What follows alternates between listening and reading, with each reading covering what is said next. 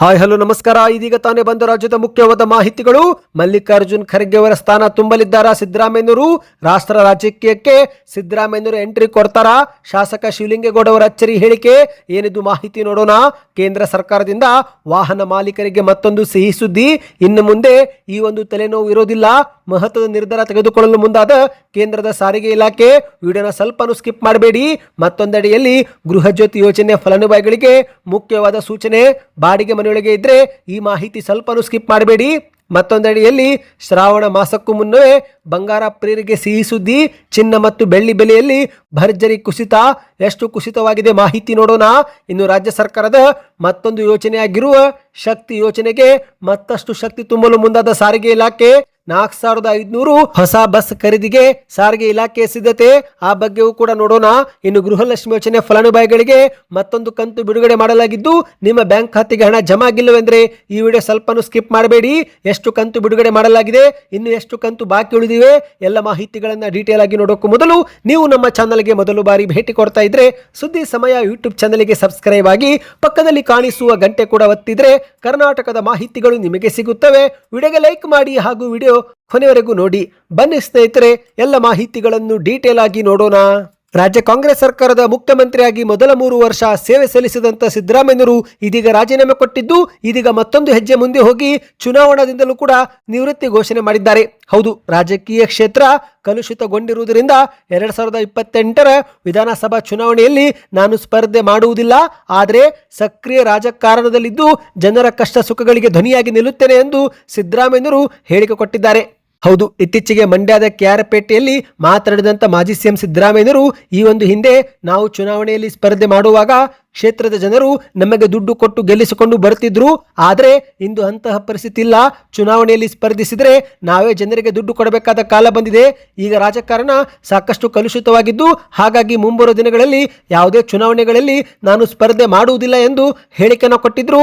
ಆದರೆ ಈಗ ಶಾಸಕ ಶಿವಲಿಂಗೇಗೌಡ ಅವರು ಮಾಜಿ ಸಿಎಂ ಸಿದ್ದರಾಮಯ್ಯನವರ ಕುರಿತಂತೆ ಒಂದು ಅಚ್ಚರಿ ಹೇಳಿಕೆ ಕೊಟ್ಟಿದ್ದಾರೆ. ಹೌದು, ಸಿದ್ದರಾಮಯ್ಯನವರು ರಾಜಕೀಯದಿಂದ ಪೂರ್ಣವಾಗಿ ಹಿಂದೆ ಸರಿಯುವುದಿಲ್ಲ, ಬದಲಿಗೆ ಭವಿಷ್ಯದಲ್ಲಿ ಅವರು ರಾಷ್ಟ್ರ ಮಟ್ಟದಲ್ಲಿ ಪ್ರಮುಖ ಜವಾಬ್ದಾರಿ ವಹಿಸಿಕೊಳ್ಳಲಿದ್ದಾರೆ ಎಂದು ಶಿವಲಿಂಗೇಗೌಡ ಅವರು ಮಾಧ್ಯಮಗಳ ಮುಂದೆ ತಿಳಿಸಿದ್ದಾರೆ. ಮಾಜಿ ಸಿಎಂ ಸಿದ್ದರಾಮಯ್ಯನವರು ಚುನಾವಣಾ ಸ್ಪರ್ಧೆಯಿಂದ ದೂರ ಉಳಿದ್ರು. ರಾಜ್ಯಸಭೆ ಮೂಲಕ ದೆಹಲಿಯ ರಾಜಕೀಯ ಪ್ರವೇಶಿಸಿ ಮಲ್ಲಿಕಾರ್ಜುನ್ ಖರ್ಗೆ ಅವರ ನಂತರ ವಿರೋಧ ಪಕ್ಷದ ನಾಯಕರಾಗುವ ಸಾಧ್ಯತೆ ಇದೆ ಎಂದು ಮಾಧ್ಯಮಗಳ ಮುಂದೆ ತಿಳಿಸಿದ್ದಾರೆ. 2028ರಲ್ಲಿ ಮತ್ತೊಮ್ಮೆ ಕಾಂಗ್ರೆಸ್ ಪಕ್ಷವನ್ನು ಅಧಿಕಾರಕ್ಕೆ ತರಲು ಸಿದ್ದರಾಮಯ್ಯನವರ ಅನುಭವ ನಮಗೆ ನೆರವಾಗುತ್ತೆ. ಅದೇ ರೀತಿ ರಾಷ್ಟ್ರೀಯ ಮಟ್ಟದಲ್ಲಿ ಅವರಿಗೆ ದೊಡ್ಡ ಸ್ಥಾನವೂ ಕೂಡ ಸಿಗುತ್ತೆ. ಮುಂದಿನ ಚುನಾವಣೆಯಲ್ಲೂ ಕೂಡ ಅವರು ಮತ್ತೆ ಸ್ಪರ್ಧೆ ಮಾಡುವಂತೆ ನಾವು ಅವರಿಗೆ ಮನವಿ ಕೂಡ ಮಾಡಲಿದ್ದೇವೆ ಎಂದು ಶಿವಲಿಂಗೇಗೌಡ ಅವರು ಹೇಳಿದ್ದಾರೆ. ಸ್ನೇಹಿತರೆ, ಸದ್ಯ ಸಿದ್ದರಾಮಯ್ಯನವರು ಈ ಬಗ್ಗೆ ಯಾವ ರೀತಿ ಪ್ರತಿಕ್ರಿಯೆ ಕೊಡ್ತಾರೆ ಎಂಬುದನ್ನು ನಾವು ಕಾದು ನೋಡಬೇಕಾಗಿದೆ. ಬನ್ನಿ ಗೆಳೆಯರೆ, ಎರಡನೇ ಮಾಹಿತಿಗೆ ಹೋಗೋಣ. ಕೇಂದ್ರ ಸರ್ಕಾರದಿಂದ ವಾಹನ ಮಾಲೀಕರಿಗೆ ಮತ್ತೊಂದು ಸಿಹಿ ಸುದ್ದಿ. ಹೌದು, ಭಾರತದ ಕಾರು ಮತ್ತು ದ್ವಿಚಕ್ರ ವಾಹನ ಮಾಲೀಕರಿಗೆ ಕೇಂದ್ರದ ರಸ್ತೆ ಸಾರಿಗೆ ಸಚಿವಾಲಯ ಒಂದು ಗುಡ್ ನ್ಯೂಸ್ ಕೊಡಲು ಮುಂದಾಗಿದೆ. ಅದೇನೆಂದ್ರೆ, ವಾಹನಗಳ ಮಾಲಿನ್ಯ ನಿಯಂತ್ರಣ ಪ್ರಮಾಣ ಪತ್ರ ಅಂದ್ರೆ PUCC ಮಾನ್ಯತೆಯನ್ನು ವಿಸ್ತರಿಸಲು ಕೇಂದ್ರ ಸರ್ಕಾರ ಸಜ್ಜಾಗಿದೆ. ಹೌದು ಗೆಳೆಯರೆ, ಪ್ರಸ್ತುತ 1 ವರ್ಷ ಅವಧಿಗೆ ನೀಡಲಾಗುತ್ತಿದ್ದು, ಈಗ ಇದನ್ನ ಮುಂದಿನ ದಿನಗಳಲ್ಲಿ 3 ವರ್ಷ ಅವಧಿಗೆ ನೀಡಲು ಕೇಂದ್ರದ ಸಚಿವಾಲಯ ಮುಂದಾಗಿದೆ. ಅಂದ್ರೆ ಒಂದು ಬಾರಿ ವಾಹನ ಮಾಲಿನ್ಯ ಪ್ರಮಾಣ ಪತ್ರ ಪಡೆದುಕೊಂಡ್ರೆ 3 ವರ್ಷಗಳ ಕಾಲ ಮತ್ತೊಮ್ಮೆ ಯಾವುದೇ ಒಂದು ಸರತಿ ಸಾಲಿನಲ್ಲಿ ನಿಲ್ಲುವ ಅವಶ್ಯಕತೆ ಇಲ್ಲ. ಹೌದು ಗೆಳೆಯರೆ, ಪ್ರಸ್ತುತ BS6 ವಾಹನಗಳ ಎಮಿಷನ್ ಟೆಸ್ಟ್ ಮಾನ್ಯತೆ ಅವಧಿಯನ್ನು ಮೊದಲ ಹಂತದಲ್ಲಿ 3 ವರ್ಷಕ್ಕೆ ವಿಸ್ತರಣೆ ಮಾಡಲು ಕೇಂದ್ರ ಸರ್ಕಾರ ನಿರ್ಧಾರ ಮಾಡಿದೆ. ಈ ಒಂದು ನಿಯಮ BS6 ಎಮಿಷನ್ ವಾಹನಗಳಿಗೆ ಮಾತ್ರ ಮೊದಲ ಹಂತದಲ್ಲಿ ಅನ್ವಯವಾಗಲಿದ್ದು, ಇದರ ಹಿಂದಿನ ವಾಹನಗಳಿಗೆ ಈ ಒಂದು ಹೊಸ ರೂಲ್ಸು ಸದ್ಯಕ್ಕೆ ಅನ್ವಯವಾಗುವುದಿಲ್ಲ. ಇನ್ನು ಪ್ರಸ್ತುತ ನಿಯಮ ನೋಡುವುದಾದ್ರೆ, ಮೊದಲ 6 ವರ್ಷದೊಳಗಿನ ವಾಹನಗಳು ಪ್ರತಿ 3 ವರ್ಷಕ್ಕೊಮ್ಮೆ PUC ಸರ್ಟಿಫಿಕೇಟ್ ನವೀಕರಣ ಮಾಡಬೇಕು.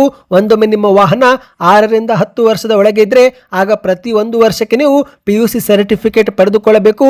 ಇನ್ನು 10 ವರ್ಷಕ್ಕಿಂತ ಹಳೆಯ ವಾಹನಗಳಾಗಿದ್ರೆ ಆಗ ನೀವು ಪ್ರತಿ 6 ತಿಂಗಳಿಗೊಮ್ಮೆ PUC ಸರ್ಟಿಫಿಕೇಟ್ ಅನ್ನ ನವೀಕರಿಸಬೇಕು. ಸದ್ಯ ಈ ಒಂದು ಹೊಸ ರೂಲ್ಸ್ ಏನಾದರೂ ಜಾರಿಗೆ ಆದ್ರೆ ಆಗ ವಾಹನ ಮಾಲೀಕರು ಮಾಲಿನ್ಯ ನಿಯಂತ್ರಣ ಪರೀಕ್ಷೆಗಾಗಿ ಸರತಿ ಸಾಲಲ್ಲಿ ನಿಲ್ಲುವ ಅವಶ್ಯಕತೆ ಇರೋದಿಲ್ಲ. ಸದ್ಯ ಇದು ಕೇವಲ ಪ್ರಸ್ತಾವನೆಯಾಗಿದ್ದು, ಈ ಬಗ್ಗೆ ಸರ್ಕಾರ ಅಧಿಕೃತವಾಗಿ ಘೋಷಣೆ ಮಾಡುವುದು ಬಾಕಿ ಇದೆ. ಬನ್ನಿ ಗೆಳೆಯರೆ, ಮತ್ತೊಂದು ಮುಖ್ಯವಾದ ಮಾಹಿತಿಗೆ ಹೋಗೋಣ. ರಾಜ್ಯ ಸರ್ಕಾರ ಜಾರಿಗೆ ತಂದಿರುವ ಪಂಚ ಗ್ಯಾರಂಟಿ ಯೋಜನೆಗಳಲ್ಲಿ ಗೃಹ ಜ್ಯೋತಿ ಯೋಜನೆಯೂ ಕೂಡ ಒಂದಾಗಿದೆ. ಹೌದು, ಪ್ರತಿ ಮನೆಗೆ ಗರಿಷ್ಠ ಮಟ್ಟದಲ್ಲಿ 200 ಯೂನಿಟ್ ಅಥವಾ ಕಳೆದ 12 ತಿಂಗಳ ವಿದ್ಯುತ್ ಬಳಕೆ ಸರಾಸರಿ ಲೆಕ್ಕದ ಮೇಲೆ ಈ ಒಂದು ಉಚಿತ ವಿದ್ಯುತ್ ಅನ್ನು ಕೊಡಲಾಗುತ್ತಿದೆ. ಅಂದಹಾಗೆ ಸ್ನೇಹಿತರೆ, ಈಗಾಗಲೇ ಗೃಹ ಜ್ಯೋತಿ ಯೋಜನೆಯ ಪರಿಷ್ಕರಣೆಯೂ ಕೂಡ ಶುರುವಾಗಿದೆ. ಯಾಕಂದ್ರೆ ಗೃಹ ಜ್ಯೋತಿ ಯೋಜನೆ ಕೇವಲ ಗೃಹ ಬಳಕೆಗೆ ಮಾತ್ರ ಕೊಡಲಾಗಿತ್ತು. ಆದರೆ ಕೆಲವರು ಗೃಹ ಜ್ಯೋತಿ ಯೋಜನೆಗೆ ಅರ್ಜಿ ಹಾಕಿ ವಾಣಿಜ್ಯ ಕಟ್ಟಡಕ್ಕೂ ಉಚಿತ ವಿದ್ಯುತ್ ಪಡೆದುಕೊಳ್ಳುತ್ತಿದ್ದಾರೆ. ಇನ್ನು ಕೆಲವು ಜಾಗದಲ್ಲಿ ಒಂದೇ ಕುಟುಂಬದಲ್ಲಿ 4-5 ಜನರ ಹೆಸರಲ್ಲಿ ಗೃಹ ಜ್ಯೋತಿ ಯೋಜನೆ ಲಾಭ ಪಡೆದುಕೊಳ್ಳಲಾಗುತ್ತಿದೆ. ಅಂದ್ರೆ 200 ಯೂನಿಟ್ಗಿಂತಲೂ ಕೂಡ ಹೆಚ್ಚಿನ ಒಂದು ಉಚಿತ ವಿದ್ಯುತ್ ಪಡೆದುಕೊಳ್ಳುತ್ತಿದ್ದಾರೆ. ಹಾಗಾಗಿ ಸರ್ಕಾರ ಈ ಒಂದು ಪರಿಷ್ಕರಣೆಗೆ ಕೈ ಹಾಕಿದೆ. ಆದರೆ ಸ್ನೇಹಿತರೆ, ಈಗ ಬಾಡಿಗೆದಾರರಿಗೆ ಒಂದು ಮುಖ್ಯವಾದ ಸೂಚನೆ. ಹೌದು, ನೀವೇನಾದರೂ ಹೊಸ ಮನೆಗೆ ಬಾಡಿಗೆಗೆ ಹೋಗುವ ಯೋಚನೆಯಲ್ಲಿದ್ರೆ ಈ ಮಾಹಿತಿ ನಿಮಗೆ ತುಂಬಾನೇ ಮುಖ್ಯ. ಯಾಕಂದ್ರೆ ಗೃಹ ಜ್ಯೋತಿ ಉಚಿತ ವಿದ್ಯುತ್ ನಿಮಗೂ ಕೂಡ ಸಿಗದೇ ಇರಬಹುದು. ಹೌದು, ಬಾಡಿಗೆದಾರರಿಗೆ ಹೆಚ್ಚಾಗಿ ಈ ಒಂದು ವಿಷಯ ಗೊತ್ತೇ ಇಲ್ಲ ಸ್ನೇಹಿತರೆ. ಹಾಗಾಗಿ ನೀವೇನಾದರೂ ಬೇರೆ ಮನೆಗೆ ಬಾಡಿಗೆಗೆ ಹೋಗೋ ಮುನ್ನ ಈ ಒಂದು ಕೆಲಸವನ್ನು ನೀವು ಮಾಡಬೇಕಾಗುತ್ತೆ. ಹೌದು, ಇತ್ತೀಚಿನ ದಿನಗಳಲ್ಲಿ ಅದರಲ್ಲೂ ನಗರ ಪ್ರದೇಶಗಳಲ್ಲಿ ಮನೆ ಬದಲಾಯಿಸುವ ಸಂಖ್ಯೆ ಹೆಚ್ಚಾಗಿದೆ. ಹೊಸ ಮನೆಗೆ ಶಿಫ್ಟ್ ಆದ ಮೇಲೆ ಕೆಲವರಿಗೆ ಗೃಹ ಜ್ಯೋತಿ ಯೋಜನೆ ಅರ್ಜಿ ಸಲ್ಲಿಕೆ ಮಾಡುವಾಗ ಅನಿರೀಕ್ಷಿತ ಶಾಕ್ ಎದುರಾಗ್ತಾ ಇದೆ. ಅದೇನೆಂದ್ರೆ ಸ್ನೇಹಿತರೆ, ಈ ಒಂದು ಗೃಹ ಜ್ಯೋತಿ ಯೋಜನೆ ಅರ್ಹತೆಯನ್ನು ನಿರ್ಧರಿಸುವಾಗ ವಿದ್ಯುತ್ ಮೀಟರ್ನ ಹಿಂದಿನ ಬಳಕೆಯ ವಿವರಗಳು ತುಂಬಾನೇ ಮುಖ್ಯವಾಗಿರುತ್ತೆ. ಅಂದ್ರೆ ಆ ಒಂದು ಮೀಟರ್ನ ಹಿಂದಿನ 12 ತಿಂಗಳ ಅಥವಾ 1 ವರ್ಷದ ಸರಾಸರಿ ವಿದ್ಯುತ್ ಬಳಕೆ ಏನಾದರೂ 200 ಯೂನಿಟ್ಗಿಂತ ಹೆಚ್ಚಿಗೆ ಆಗಿದ್ರೆ ಆಗ ಆ ಒಂದು ಮನೆಗೆ ಗೃಹ ಜ್ಯೋತಿ ಲಾಭ ಸಿಗೋದಿಲ್ಲ. ಹೌದು, ಹೊಸ ಬಾಡಿಗೆದಾರರು ಕಡಿಮೆ ಬಳಕೆ ಮಾಡಿದ್ರೂ ಕೂಡ ಹಿಂದೆ ಆ ಒಂದು ಮನೆಯಲ್ಲಿ ವಾಸ ಮಾಡುತ್ತಿದ್ದವರು ವಿಪರೀತವಾಗಿ ಹೆಚ್ಚಿನ ವಿದ್ಯುತ್ ಬಳಕೆ ಮಾಡಿರುವುದರಿಂದ ವಾರ್ಷಿಕ ಸರಾಸರಿ 200 ಯೂನಿಟ್ ದಾಟಿರುತ್ತೆ. ಹಾಗಾಗಿ ಆ ಒಂದು ಮನೆಗೆ ಗೃಹ ಜ್ಯೋತಿ ಲಾಭ ಸಿಗೋದಿಲ್ಲ. ಹಾಗಾಗಿ ಸ್ನೇಹಿತರೆ, ಹೊಸದಾಗಿ ಬಾಡಿಗೆ ಮನೆಗೆ ಹೋಗುತ್ತಿದ್ರೆ ಕಳೆದ 12 ತಿಂಗಳ ಒಂದು ಹಿಸ್ಟ್ರಿ ನೀವು ಚೆಕ್ ಮಾಡಿಕೊಳ್ಳಬೇಕು. ಆಗ ಮಾತ್ರ ನೀವು ಉಚಿತ ವಿದ್ಯುತ್ ಲಾಭವನ್ನು ಪಡೆದುಕೊಳ್ಳಲು ಸಾಧ್ಯವಾಗುತ್ತೆ. ಈ ಬಗ್ಗೆ ನಿಮ್ಮ ಅನಿಸಿಕೆಯನ್ನು ಕಮೆಂಟ್ ಮಾಡಿ. ಬನ್ನಿ ಗೆಳೆಯರೆ, ಮತ್ತೊಂದು ಮಾಹಿತಿಗೆ ಹೋಗೋಣ. ಶ್ರಾವಣ ಮಾಸ ಆರಂಭವಾಗುವ ಮುನ್ನವೇ ಬಂಗಾರ ಪ್ರಿಯರಿಗೆ ಸಿಹಿ ಸುದ್ದಿ ಬಂದಿದೆ. ಹೌದು, ಚಿನ್ನ ಮತ್ತು ಬೆಳ್ಳಿ ಮತ್ತೊಮ್ಮೆ ಇಳಿಕೆಯಾಗಿದೆ. ಬೆಂಗಳೂರು ಸೇರಿದಂತೆ ದೇಶ ಮತ್ತು ಅಂತಾರಾಷ್ಟ್ರೀಯ ಮಾರುಕಟ್ಟೆಯಲ್ಲೇ ಬಂಗಾರ ಬೆಳ್ಳಿಯ ದರ ಮತ್ತೊಮ್ಮೆ ಗರಿಷ್ಠ ಪ್ರಮಾಣದಲ್ಲಿ ಕುಸಿತ ಕಂಡಿದೆ. ಈ ಮೂಲಕ ಶ್ರಾವಣ ಮಾಸಕ್ಕೂ ಮುನ್ನವೇ ಚಿನ್ನ ಖರೀದಿ ಮಾಡಬೇಕು ಎಂದು ಪ್ಲಾನ್ ಹಾಕಿಕೊಂಡವರಿಗೆ ಒಂದು ರೀತಿ ಶುಭ ಸುದ್ದಿ ಸಿಕ್ಕಂತಾಗಿದೆ. ಹೌದು ಗೆಳೆಯರೆ, ಜಾಗತಿಕ ಮಾರುಕಟ್ಟೆಯ ಏರಿಳಿತಗಳು ಮತ್ತು ಯುದ್ಧದ ಭೀತಿ ನಡುವೆ ಈಗ ಮತ್ತೊಮ್ಮೆ ಚಿನ್ನದ ಬೆಲೆಯಲ್ಲಿ ಇಳಿಕೆ ಕಂಡಿದೆ. 24 ಕ್ಯಾರೆಟ್ 1 ಗ್ರಾಂ ಬಂಗಾರದಲ್ಲಿ 172 ರೂಪಾಯಿ ಕುಸಿತವಾಗಿದೆ. ಅಂದ್ರೆ 10 ಗ್ರಾಂಗೆ 1702 ರೂಪಾಯಿ ಕುಸಿತವಾಗುವ ಮೂಲಕ ಇದೀಗ 24 ಕ್ಯಾರೆಟ್ 10 ಗ್ರಾಂ ಅಪರಂಜಿ ಚಿನ್ನದ ಬೆಲೆ 1,44,170 ರೂಪಾಯಿಗೆ ಬಂದಿದೆ. ಅದೇ ರೀತಿ 22 ಕ್ಯಾರೆಟ್ ಆಭರಣ ಬಂಗಾರದಲ್ಲೂ ಕೂಡ ಪ್ರತಿ ಗ್ರಾಮ್ನಲ್ಲಿ 155 ರೂಪಾಯಿ ಇಳಿಕೆಯಾಗಿದೆ. ಅಂದ್ರೆ 10 ಗ್ರಾಂಗೆ 1,550 ರೂಪಾಯಿ ಇಳಿಕೆ ಆಗುವ ಮೂಲಕ 10 ಗ್ರಾಂಗೆ ಈಗ 1,32,150 ರೂಪಾಯಿ ಆಗಿದೆ ಸ್ನೇಹಿತರೆ. ಇನ್ನು ಬೆಳ್ಳಿ ಬೆಲೆ ನೋಡುವುದಾದ್ರೆ ಪ್ರತಿ ಗ್ರಾಂ ಬೆಳ್ಳಿ 235 ರೂಪಾಯಿ ಆಗಿದ್ದು 10 ಗ್ರಾಂಗೆ 2,350. 1 ಕೆಜಿ ಬೆಳ್ಳಿ ಬೆಲೆ 2,35,000 ರೂಪಾಯಿ. ಇದು ಜುಲೈ 28ರ ಮಾರುಕಟ್ಟೆ ಆಗಿದೆ ಸ್ನೇಹಿತರೆ. ನಿಮ್ಮ ಪ್ರಕಾರ ಚಿನ್ನ ಕುಸಿತವಾಗಬೇಕು, ಏರಿಕೆ ಆಗಬೇಕು? ನಿಮ್ಮ ಅನಿಸಿಕೆಗಳನ್ನ ಕಮೆಂಟ್ ಮಾಡಿ. ಬನ್ನಿ ಸ್ನೇಹಿತರೆ, ಮತ್ತೊಂದು ಮಾಹಿತಿಗೂ ಹೋಗೋಣ.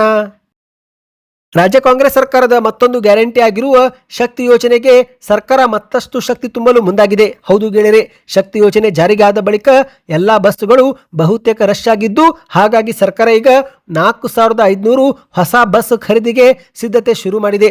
ಕರ್ನಾಟಕದಲ್ಲಿ ಮಹಿಳೆಯರಿಗೆ ಉಚಿತ ಬಸ್ ಪ್ರಯಾಣ ಶಕ್ತಿ ಯೋಜನೆ ಜಾರಿಗಾದ ಬಳಿಕ ಕೆಎಸ್ಆರ್ಟಿಸಿ, ಬಿಎಂಟಿಸಿ ಸೇರಿದಂತೆ 4 ಸಾರಿಗೆ ನಿಗಮಗಳಲ್ಲಿ ಪ್ರಯಾಣಿಕರ ಸಂಖ್ಯೆ ಭಾರಿ ಪ್ರಮಾಣದಲ್ಲಿ ಹೆಚ್ಚಳವಾಗಿದೆ. ಇದೀಗ ಹಳೆಯ ಬಸ್ಸುಗಳು ಕೂಡ ಗುಜರಿಗೆ ಸೇರುತ್ತಿರುವ ಹಿನ್ನೆಲೆಯಲ್ಲಿ ಈ ಒಂದು ಮತ್ತಷ್ಟು ಸಮಸ್ಯೆ ತಪ್ಪಿಸಲು ಸಾರಿಗೆ ಇಲಾಖೆ ಮುಂಜಾಗೃತಾ ಕ್ರಮವಾಗಿ 4,500 ಹೊಸ ಬಸ್ ಖರೀದಿಗೆ ಮುಂದಾಗಿದೆ. ಇಂದು ಪ್ರತಿದಿನ 4 ಸಾರಿಗೆ ನಿಗಮ ಬಸ್ಗಳಲ್ಲಿ ಸುಮಾರು 1 ಕೋಟಿಯಿಂದ 1.5 ಕೋಟಿ ಪ್ರಯಾಣಿಕರು ಸಂಚಾರ ಮಾಡುತ್ತಿದ್ದು, ಹಲವು ಮಾರ್ಗಗಳಲ್ಲಿ ಬಸ್ಗಳ ಕೊರತೆ ಕೂಡ ಇರುವುದರಿಂದ ಪ್ರಯಾಣಿಕರು ಬಸ್ಸುಗಳಲ್ಲಿ ನಿಲ್ಲಲು ಕೂಡ ಜಾಗವಿಲ್ಲದಷ್ಟು ಒತ್ತಡ ಎದುರಿಸುತ್ತಿದ್ದಾರೆ. ಹಣ ನೀಡಿದರೂ ಕೂಡ ನಿಂತುಕೊಂಡು ಪ್ರಯಾಣ ಮಾಡುತ್ತಿದ್ದಾರೆ. ಹಾಗಾಗಿನೇ ಸರ್ಕಾರ ಈಗ 4,500 ಬಸ್ ಖರೀದಿಗೆ ಮುಂದಾಗಿದೆ.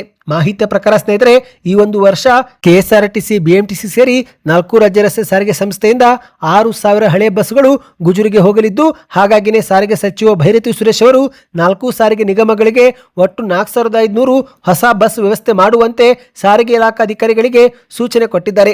ಮಾಹಿತಿಯ ಪ್ರಕಾರ fly bus, Ambari, Airavat, Ambari dream class, Airavat club class, Rajahamsa ಸೇರಿದಂತೆ ವಿವಿಧ ಸೇವೆಗಳಿಗೆ 3,500 ಡೀಸೆಲ್ ಬಸ್ಗಳನ್ನು ಖರೀದಿಸುವ ಒಂದು ಯೋಜನೆ ರೂಪಿಸಲಾಗಿದೆ. ಅದೇ ರೀತಿ 1,000 ಹೊಸ ಬಸ್ಗಳನ್ನು ರಾಜ್ಯದಲ್ಲಿ ಇನ್ನೂ ಬಸ್ ಸೇವೆಯಿಲ್ಲದ ಗ್ರಾಮಗಳಿಗೆ ಸಂಪರ್ಕ ಕಲ್ಪಿಸಲು ಅನುಮತಿ ನೀಡಲಾಗಿದೆ. ಸ್ನೇಹಿತರೆ, ನಿಮ್ಮ ಊರಿನಲ್ಲಿ ಬಸ್ ಸಮಸ್ಯೆ ಇದೆಯಾ? ಕಮೆಂಟ್ ಮಾಡಿ ತಿಳಿಸಿ. ಬನ್ನಿ ಗೆಳೆಯರೆ, ಕೊನೆಯ ಮಾಹಿತಿಗೆ ಹೋಗೋಣ. ನೀವು ಕೂಡ ಗೃಹಲಕ್ಷ್ಮಿ ಯೋಜನೆ ಫಲಾನುಭವಿಗಳಾಗಿದ್ರೆ ಜುಲೈ ತಿಂಗಳಲ್ಲಿ 2,000 ರೂಪಾಯಿ ಜಮಾ ಆಯ್ತಾ ಕಮೆಂಟ್ ಮಾಡಿ. ಹೌದು, ಇನ್ನೇನು ಜುಲೈ ತಿಂಗಳು ಕೂಡ ಒಂದೆರಡು ದಿನಗಳಲ್ಲಿ ಮುಕ್ತಾಯಗೊಳ್ಳುತ್ತೆ. ಈಗಾಗಲೇ ಸರ್ಕಾರ ಜುಲೈ ತಿಂಗಳಲ್ಲಿ ಒಂದು ಕಂತು ಜಮಾ ಮಾಡಿದೆ. ಹೌದು ಗೆಳೆಯರೆ, ಜುಲೈ 16ರಂದು 31ನೇ ಕಂತನ್ನ ಬಿಡುಗಡೆ ಮಾಡಲಾಗಿದೆ. ಸುಮಾರು 2,400 ಕೋಟಿ ರೂಪಾಯಿ ಹಣ ಸರ್ಕಾರ ಬಿಡುಗಡೆ ಮಾಡಿದ್ದು ಇದು ಮೇ ತಿಂಗಳ ಕಂತಾಗಿರುತ್ತೆ ಎಂದು ಗ್ಯಾರಂಟಿ ಯೋಜನೆಗಳ ಪ್ರಾಧಿಕಾರದ ಅಧ್ಯಕ್ಷಕ ದಿನೇಶ್ ಗುಳಿಗೋಡ್ ಅವರು ಮಾಹಿತಿ ಕೊಟ್ಟಿದ್ದಾರೆ. ಅಂದ್ರೆ ಮೇ ತಿಂಗಳವರೆಗಿನ ಕಂತು ಕ್ಲಿಯರ್ ಆಗಿದೆ. ಈಗೇನಿದ್ರು ಜೂನ್ ಮತ್ತು ಜುಲೈ ತಿಂಗಳ ಕಂತು ಮಾತ್ರ ಬಾಕಿ ಇದೆ. ಅಂದ ಹಾಗೆ ಸ್ನೇಹಿತರೆ, ರಾಜ್ಯ ಸರ್ಕಾರದಿಂದ ಈ ಒಂದು ಹಣ ಬಿಡುಗಡೆ ಆದರೂ ಕೂಡ ಹಲವು ಫಲಾನುಭವಿಗಳ ಬ್ಯಾಂಕ್ ಖಾತೆಗೆ ಇನ್ನೂ ಕೂಡ ಜಮಾ ಆಗಿಲ್ಲ. ಹೌದು, ಈಗ ಕೆಲ ಜಿಲ್ಲೆ ಫಲಾನುಭವಿಗಳಿಗೆ ಮಾತ್ರ ಹಣ ಜಮಾ ಆಗಿರುವುದು ದೃಢಪಟ್ಟಿದೆ. ಹುಬ್ಬಳ್ಳಿ, ಗದಗ, ಧಾರವಾಡ ಸೇರಿದಂತೆ ಉತ್ತರ ಕರ್ನಾಟಕದ ಕೆಲ ಜಿಲ್ಲೆ ಫಲಾನುಭವಿಗಳಿಗೆ ಜುಲೈ ತಿಂಗಳಲ್ಲಿ ಈ ಒಂದು ಹಣ ಬಂದಿರುವುದು ದೃಢಪಟ್ಟಿದೆ. ನಮಗೀಗಾಗಲೇ ಕೆಲವರು ಕಮೆಂಟ್ ಮಾಡಿ ಹಣ ಬಂದಿದೆ ಎಂದು ಹೇಳಿದರೆ, ಇನ್ನು ಕೆಲವರು ಕಮೆಂಟ್ ಮಾಡಿ ಹಣ ಬಂದಿಲ್ಲ ಎಂದು ಹೇಳ್ತಿದ್ದಾರೆ. ಹಾಗಾಗಿ ಪ್ರತಿಯೊಬ್ಬರು ಕಮೆಂಟ್ ಮಾಡಿ ಸ್ನೇಹಿತರೆ, ಮತ್ತು ನಿಮ್ಮ ಊರಿನ ಹೆಸರನ್ನ ಕಮೆಂಟ್ ಮಾಡಿ. ಇದರಿಂದ ಯಾವ ಊರಿಗೆ ಜಮಾ ಆಗಿದೆ, ಯಾವ ಊರಿಗೆ ಜಮಾ ಆಗಿಲ್ಲ ಎಂಬ ಮಾಹಿತಿ ನಮಗೆ ಸಿಗುತ್ತೆ. ಆ ಬಗ್ಗೆ ಮತ್ತೆ ನಾವು ವಿಡಿಯೋ ಮಾಡಿಕೊಂಡು ಬರುತ್ತೇವೆ. ಆದಷ್ಟು ಪ್ರತಿಯೊಬ್ಬರು ಕಮೆಂಟ್ ಮಾಡಿ, ಚಾನಲ್ಗೆ ಸಬ್ಸ್ಕ್ರೈಬ್ ಮಾಡಿಕೊಳ್ಳಿ, ವಿಡಿಯೋನ ಲೈಕ್ ಮಾಡ್ತಾ ಶೇರ್ ಮಾಡಿ.